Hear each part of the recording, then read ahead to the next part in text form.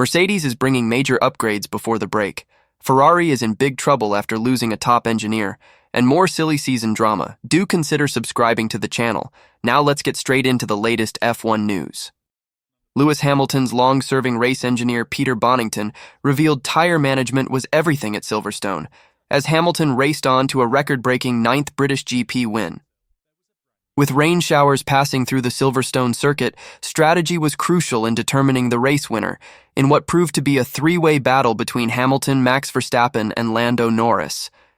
And it would be Hamilton who reigned supreme, setting a new record for the most victories at a single circuit with his 9th Silverstone triumph, that Hamilton's first win since the 2021 Saudi Arabian Grand Prix. The emotion was understandable and could be heard in the voices of both Hamilton and Bonington, who has been Hamilton's race engineer since he joined Mercedes in 2013, over team radio. "Oh, I won't say crying, I had something in my eye," Bonington joked with Sky F1. "It's an emotional one. Yeah, it's been a long time and he and I have been working hard, trying to get back there and yeah, baby steps.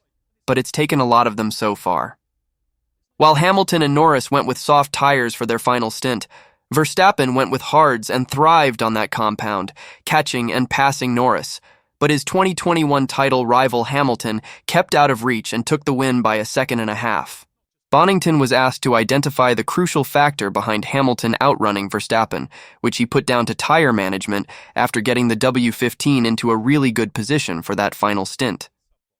"I think it's the fact that the feedback he was giving me of where we were on the initial stint balance, it wasn't great.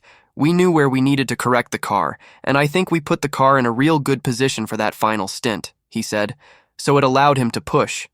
You knew the front tire was going to be weak, so you've just got to make sure you've got enough front end in there to protect it. And he does a great job, when it comes down to the wire, he's the one that's going to manage the tires and get you to the end." Asked if that meant he never had a doubt that Hamilton would stay ahead of Verstappen, Bonington replied, "I wouldn't say zero doubt, but I knew that once he had the bit between his teeth. As soon as I get told to shut up, then I know that the game is on." Hamilton stretched his record-breaking tally of Formula One race wins to 104 with that Silverstone triumph. Lando Norris could have won the British Grand Prix were it not for the mistake of putting on the soft tires for the final stint when he had 2 new sets of mediums. Racing at the Silverstone circuit on Sunday, Norris was up against Lewis Hamilton, Max Verstappen, and at one point even his teammate Oscar Piastri for the win. Leading the Grand Prix ahead of Hamilton and Verstappen when the drivers made their crucial final pit stop of the afternoon, Red Bull put the hard Pirellis on Verstappen's RB20 and Mercedes put softs on Hamilton's W15. Norris was the last of the leaders to make the swap. McLaren: "We can choose a medium to cover people like Verstappen, or we choose a soft to cover people like Hamilton." Norris: "Hamilton. I think Hamilton, or do you think medium? I don't mind." McLaren: "We are going soft. Box this lap, please." Marginally overshooting his marks in the box, Norris not only the lead to Hamilton, but he wasn't able to keep pace with the 7-time world champion and fell into Verstappen's clutches. The Red Bull driver took second place off him on lap 48, with Norris falling 6 seconds back at the checkered flag. It was a day of what could have been had McLaren put him on the same mediums as his teammate Piastri, who showed good pace in the final stint. "Strategically, this is where McLaren made a mistake," Chandhok declared to Sky F1. "We heard on the radio they were saying, should we cover Lewis on the soft, should we cover Verstappen on the hard. Personally, I believe they should have done their best strategy, and their best strategy was to put on a new medium. They did it with Piastri, and Norris suffered on that set of soft tires. Norris was suffering on those soft tires. What is worth remembering is when they came out of the pits for that final stint, Piastri was 15 seconds behind Norris. He gained 10 seconds in that last stint. If McLaren had put Norris on a set of new mediums, even if he'd come out behind Lewis against Lewis on a set of used soft, I believe Norris would have won the Grand Prix." Norris admits McLaren threw it away, telling the media, including PlanetF1.com. "I've heard that a lot lately, so I hate saying it again. But yeah, so many things were going well. We threw it away in the final stop. So 1 lap, but also I don't think it was a lap. I think even if I boxed on the perfect lap, our decision to go on to the softs was the wrong one. I think Lewis still would have won no matter what." Two calls from our side cost us everything, so especially here, pretty disappointing. But McLaren didn't only make a mistake with Norris, as Ralf Schumacher called them out for not double-stacking the teammates in the first round of pit stops. Coming in for inters with Norris leading the race ahead of Piastri, McLaren pitted the Briton before leaving Piastri out for one more lap to avoid a double stack. Piastri slipped and slid his way around the circuit and was down in 6th place after his pit stop. Schumacher, commentating on the race for Sky Deutschland, followed the situation and said, "What will McLaren do now? Both have to go in, and Piastri is second." That's a really bad decision. Piastri finished the Grand Prix in 4th place, which saw McLaren close the gap to Ferrari to just 7 points in the battle for 2nd place in the Constructors' Championship. Christian Horner said the job to salvage Max Verstappen's totally trashed floor was like something out of Scrap Heap Challenge for the Red Bull crew. Verstappen suffered a very uncharacteristic error during the opening Q1 segment of qualifying for the British Grand Prix at Silverstone, sliding into the gravel at Copse as the rain began to fall, making for very tricky conditions on the dry tires. Verstappen was able to drive through the gravel and return to the track, but it came at a cost, as it inflicted major floor damage which he would carry on his Red Bull RB20 for the rest of qualifying. He went on to qualify P4, just under 4/10 off the pace, but just a 1/10.5 back from McLaren's Lando Norris in P3. Red Bull team principal Horner felt that was a job well done, considering the state that Verstappen's floor was in. Horner would liken the scenario to a scene of Scrap Heap Challenge, a former British TV show where teams of contestants used items found in a scrapyard to create a working machine capable of performing a specific task. "The floor yesterday was totally trashed," Horner told media, including PlanetF1.com. "So actually the lap time he did in quali to be as close as he was, if you'd have seen the floor, it was like something out of Scrap Heap Challenge that the mechanics have managed to put back together. It was super impressive. And so his lap time yesterday, to only be a 10th off Lando, I thought was very encouraging." Red Bull senior advisor Helmut Marko said Verstappen had lost around 100 points in downforce due to the damage, which Horner confirmed, though a chunk of that was clawed back with repairs during qualifying ahead of a full fix for race day. But Horner said that beyond just the downforce loss, the balance of Verstappen's Red Bull was also impacted. "First of all, you've got to look at the amount of load," said Horner. "I mean, at one point it was 100 points of load, and then suddenly we managed to recover a reasonable portion of that with repairs that the mechanics were able to do in between the sessions. But of course, it's not just the load, it's how it then changes your balance. And so suddenly, he got no front end, he was having to have a little lift in Copse, whereas it was absolutely flat previously, so it took away that balance." Verstappen delivered an impressive drive to P2 on Grand Prix Sunday at Silverstone, increasing his Drivers' Championship lead to 84 points over Norris. Ferrari has confirmed the departure of their long-serving chassis technical director Enrico Cardile, amid speculation that he will head for Aston Martin. The 49-year-old, who first joined Ferrari in 2005 as part of their GT Championship projects, moved to their Formula One team in 2016 as aerodynamics chief, most recently serving as their technical director chassis area. But his time in the role and with Ferrari has come to an end, the team confirming Cardile's departure with team principal Fred Vasseur assuming the role on an interim basis. Scuderia Ferrari HP announces that Enrico Cardile is leaving the company, therefore relinquishing his role as technical director chassis area, read a Ferrari statement. After almost 2 decades with Ferrari, Cardile has handed in his notice, and therefore, with immediate effect, and as an interim measure, the chassis area will be overseen by the team principal, Frederic Vasseur. Everyone at Scuderia Ferrari HP thanks Enrico for all his hard work over so many years. Reports in the Italian media have been claiming Cardile will join rivals Aston Martin, and when approached for comment on the reported arrival of Cardile, as Aston Martin spokesperson told media, "The Aston Martin Aramco F1 team is a very appealing project with Lawrence Stroll's vision, a state-of-the-art new technology campus, and exciting partnerships with Aramco and Honda. Many high-profile individuals across all areas of the team are linked to the project, but we don't have anything to announce." When speaking to media after the British Grand Prix, Vasseur was asked about the rumors linking Cardile to Aston Martin, but said that tonight, he remained with Ferrari, as the meaning of that clarification now becomes clear. Asked if Cardile is going to Aston Martin, Vasseur replied, "If Aston Martin want to communicate on something, I'm happy for them, but it's not the dot case. Today, he's part of the organization and the role of Enrico. He's the technical director on the chassis side. Vasseur added, Tonight, he is the technical director of Ferrari. Ferrari sit P2 in the current F1 2024 championship standings, 71 points behind Red Bull and 7 clear of McLaren. Mercedes will continue to roll out incremental upgrades in Budapest and Spa after the development of its 2024 Formula One car led to a win on merit at the British Grand Prix. Lewis Hamilton took an emotionally charged ninth home win at Silverstone, following a 2.5-year wait for his 104th Grand Prix victory, holding off Red Bull's Max Verstappen in a mixed-weather thriller. It is Mercedes' second victory on the trot, after George Russell won in Austria, following a highly publicized clash between Verstappen and Lando Norris. But with Russell and Hamilton locking out the front row in Silverstone, Mercedes won the race on merit on home soil, being slightly behind on mixed-weather race pace against the McLarens, but superior in race execution. For Mercedes, it was a vindication of its recent upgrade trajectory after many false dawns, and team principal Toto Wolff vowed the Brackley-based team would continue to bring new parts to the 2 remaining races before the summer shutdown. There's more to come in terms of performance, he said. We're bringing updates to Budapest and Spa. We mustn't get carried away. We had a win last week benefiting from Verstappen and Norris tangling, but today we have an honest win.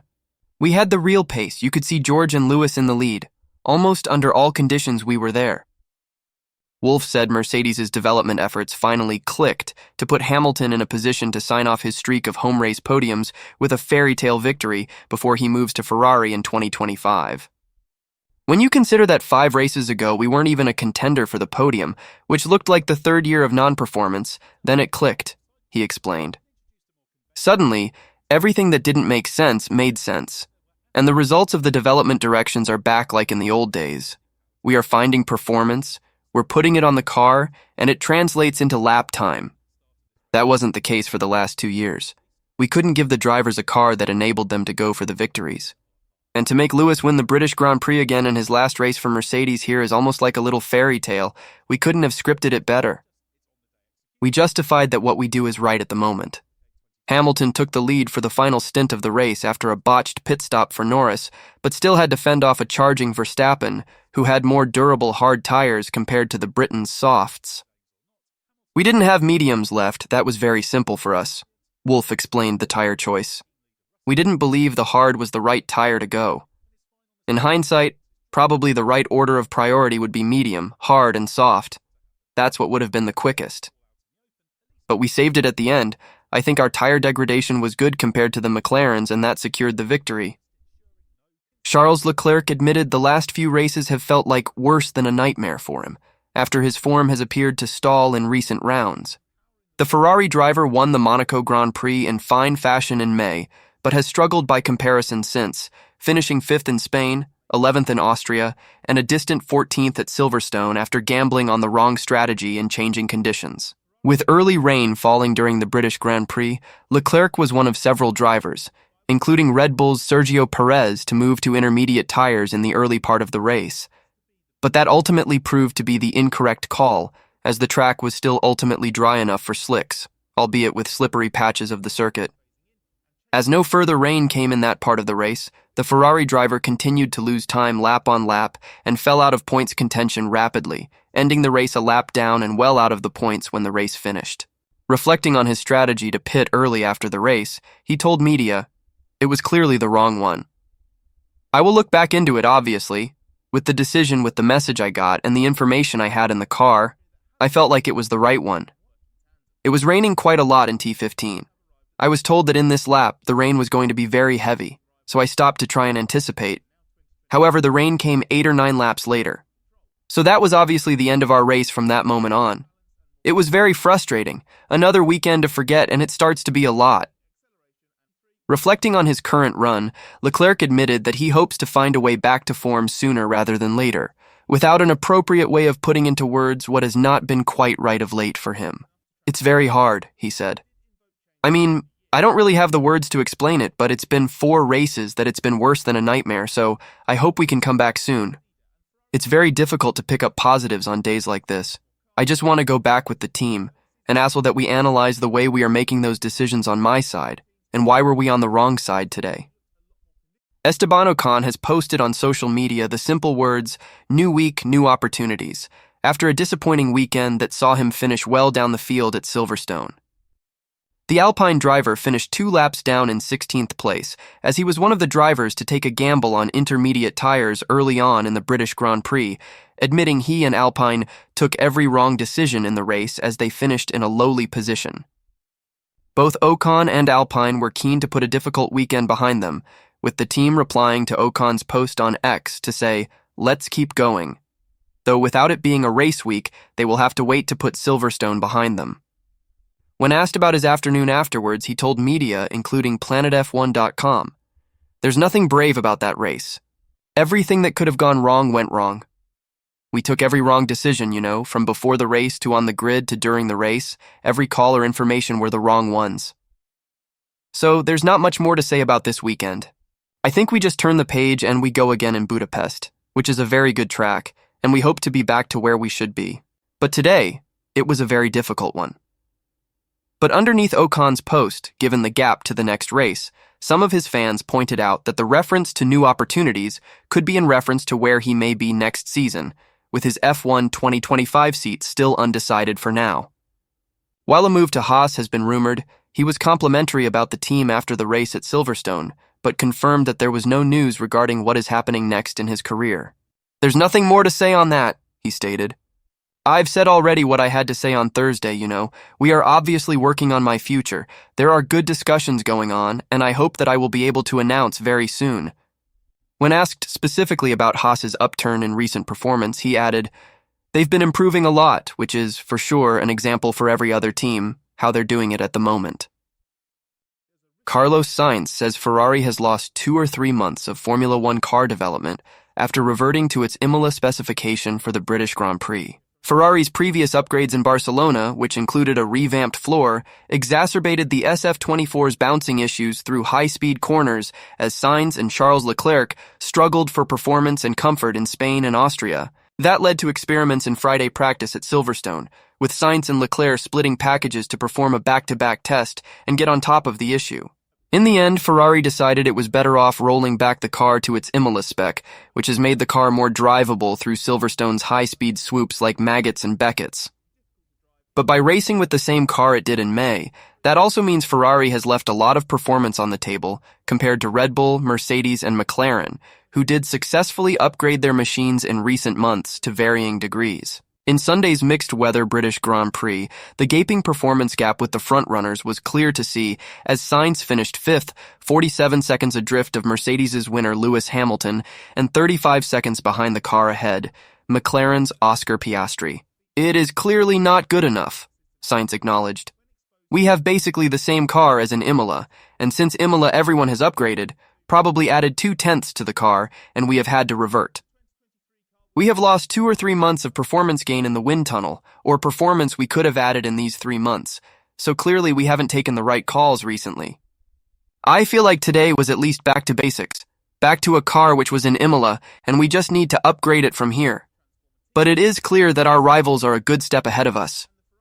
In contrast to teammate Leclerc, who paid the price for an early switch to intermediates on a track that was still too dry and finished a lapped 14th, Sainz and his team made all the right strategy calls as 2 different showers affected the running, but in all conditions his Ferrari lacked the pace to keep up. "I think we did the maximum," he added. "Especially in the middle of the race when it was slicks on wet, I managed to catch the podium positions by 6 or 7 seconds in those conditions that I always enjoy. Honestly, all the calls were pretty much spot on, all the tires, all the radio calls. It was just a shame we were not faster because I feel like we would have been 100% in the fight for the podium or the win. But 5th and a bonus point at the end with the fastest lap, so we need to be happy." With 2 more races to go until the summer shutdown, Ferrari might have to keep going back and forth on its specifications at Budapest's twisty and extreme high downforce Hungaroring and the much faster Spa-Francorchamps. Sainz was adamant that his car would be undrivable in Spa with the new floor, but Ferrari might get away using the latest version on the lower-speed Hungary track. "We will bounce in turns 4 and 11 in Hungary, but until something better comes we may have to live with bouncing for a while," he explained. In high-speed tracks, we might have to run the floor of this older package, because if not, the other one is undrivable. I trust the team will make the right calls circuit to circuit until a more solid package, which is not bouncing in high speed and good in low speed, arrives, and then we will start thinking about battling the top 3 teams again. Thanks for watching the video, everyone.